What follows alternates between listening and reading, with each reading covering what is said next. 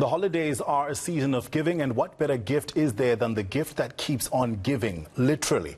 I'm referring to investing, be it in your child's education or a better financial future for yourself. Joining me this morning to discuss the gift of investing is Thembeka Khumalo. She's the Client Relationship Manager at Satrix Investment Funds. Thembeka, thank you so much for your time. The idea of an investment as a gift is quite an appealing one, but it's such a minefield to try and navigate, which financial vehicles or investment vehicles to choose from. So say you do want to invest as a gift, how do you start? Where do you start? Where do you start? Absolutely. I agree with you, Tafuma. I think it is a brilliant idea to give the gift of investing this Christmas. And I find that it's a lot of people who tend to struggle with that very same question of where do we start? For me personally, I do feel that the starting point is to open an account. Open account, there are various platform providers these days, Satrix being one of them, where you can open an account on Satrix now.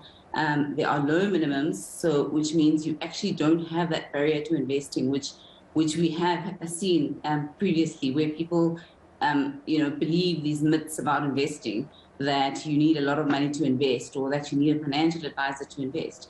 Those are not true. If you just start, open an account, register for one, and put your feelers out there and start investing.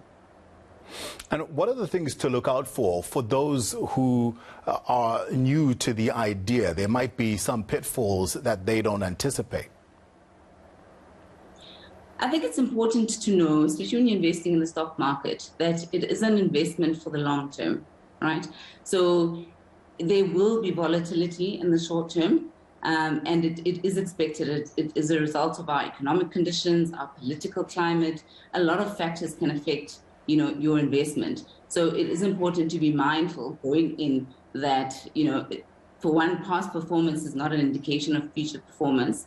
So you can't look at a fund and say, it's done well historically, that's the one I'm going to go into.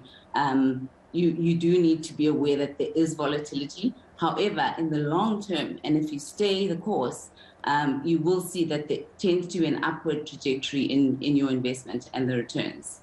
Let's talk investing for your children, or giving your children the gift of investment. If you show them evidence that you've given them a few $100 worth of unit trust, they'll be very disappointed probably, but they'll thank you in the long run. How will you navigate if you're a parent and you're trying to gift your child the gift of investment? How do you do that? What's the best way to do it?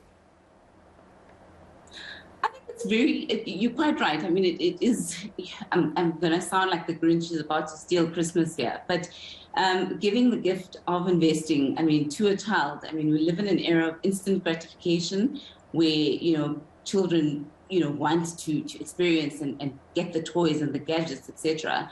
And I think you don't have to completely take that away, but you can maybe say 50% of your Christmas gifts will be in the form of an investment, and 50% would be in the form of toys and gadgets, etc. I think also you keep it simple. You let them know that an investment is just a way for money to create more money, and keeping it visual, showing your kids their investment portfolios. Obviously that's at an age where they're old enough to at least understand the basics of compound interest and things like the rule of 72. And obviously the power and the benefit and the advantage that they have on their side, which is time, because they're young, right? So they've got lots of time to watch their investments, to start early and watch their investments grow over the long term.